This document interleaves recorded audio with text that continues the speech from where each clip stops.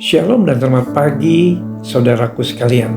Kita bersyukur kepada Tuhan yang selalu memberi berkat dan perlindungan bagi kita semua. Mari siapkan hati kita untuk mendengar firman Tuhan pagi ini. Mari kita berdoa. Bapa, di dalam nama Yesus kami bersyukur untuk berkat kemurahan-Mu. Pagi ini kembali kami boleh bangun dengan keadaan sehat, kuat, dan semua berkat kebaikan-Mu. Pada saat ini kami mau diperlengkapi dengan kebenaran firman-Mu. Jamah hati kami Tuhan, agar kami mengerti akan kehendak-Mu. Di dalam nama Yesus kami berdoa. Amin. Tema kita pagi ini adalah dalam kebersamaan dan kerukunan. Firman Tuhan diambil dari 1 Korintus 1 ayat 10-17. Demikian firman Tuhan. Tetapi aku menasihatkan kamu, saudara-saudara, demi nama Tuhan kita Yesus Kristus, supaya kamu seias kata dan jangan ada perpecahan di antara kamu, tetapi sebaliknya, supaya kamu erat bersatu dan sehati sepikir. Sebab saudara-saudaraku, aku telah diberitahukan oleh orang-orang dari keluarga Chloe tentang kamu, bahwa ada perselisihan di antara kamu. Yang aku maksudkan ialah bahwa kamu masing-masing berkata, aku dari golongan Paulus, atau aku dari golongan Apolos, atau aku dari golongan Kefas, atau aku dari golongan Kristus.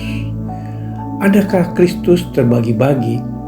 Adakah Paulus disalibkan karena kamu?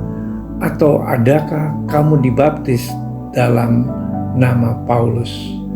Aku mengucap syukur bahwa tidak ada seorang pun juga di antara kamu yang aku baptis selain Krispus dan Gaius.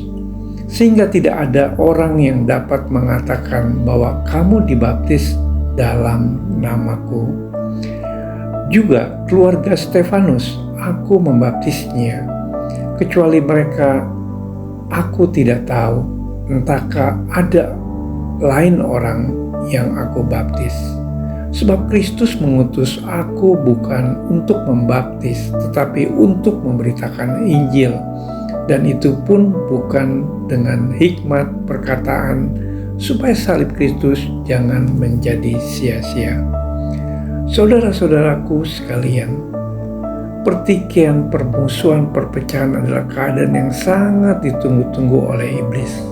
Ketika umat Tuhan saling bertikai, bermusuhan, dan terpecah belah, itulah saatnya yang tepat bagi iblis untuk memasukkan pengaruh yang jahat. Ketika keluarga-keluarga Kristen dari gerejanya dalam kondisi seperti ini, bukan kekuatan yang kita peroleh, tetapi kehancuran yang didapat. Pertikaian menciptakan kehancuran, kerukunan membangun kekuatan. Setiap kerajaan yang terpecah-pecah pasti binasa, dan setiap kota atau rumah tangga yang terpecah-pecah tidak dapat bertahan. Saudaraku, berbeda pendapat, berbeda pandangan, ketidakcocokan adalah hal yang mudah kita temukan dimanapun berada, tak terkecuali di dalam gereja atau di antara jemaat Tuhan. Ketika kita dihadapkan pada perdebatan-perdebatan, hal yang harus dilakukan adalah mencari solusi atau titik temu sampai diperoleh kesepakatan, bukannya malah membesar-besarkan perbedaan, lalu saling menyalahkan, saling bermusuhan, saling menebar gosip, saling menghasut, atau membentuk kubu-kubu. Jika hal itu terjadi sama, artinya kita sedang dipermainkan oleh iblis dan termakan oleh siasat liciknya. Jangan biarkan perpecahan terjadi. Jangan biarkan iblis mengambil keuntungan dari ketidakharmonisan ini. Rasul Paulus memperingatkan bahwa sebagai orang percaya, kamu bukan lagi orang asing dan pendatang, melainkan kawan sewarga dari orang-orang kudus yang anggota-anggotanya keluarga Allah. Saudara-saudaraku sekalian, Tuhan Yesus berkata, "Aku memberikan perintah baru kepada kamu, yaitu supaya kamu saling mengasihi sama seperti Aku telah mengasihi kamu, demikian pula kamu harus saling mengasihi. Dengan demikian, semua orang akan tahu bahwa kamu adalah murid-muridku, yaitu jikalau kamu saling mengasihi." Buang semua keegoisan, kepentingan diri sendiri, dan juga gosip. Bagaimana kita mengasihi orang di luar sana jika terhadap saudara seiman saja kita saling bermusuhan?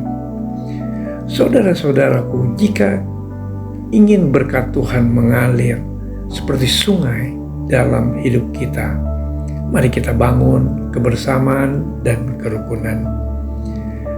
Mari kita berdoa. Tuhan Yesus, terima kasih untuk renungan firman-Mu pagi ini. Kami bersyukur atas kebaikan Tuhan yang penuh kasih dan penyayang.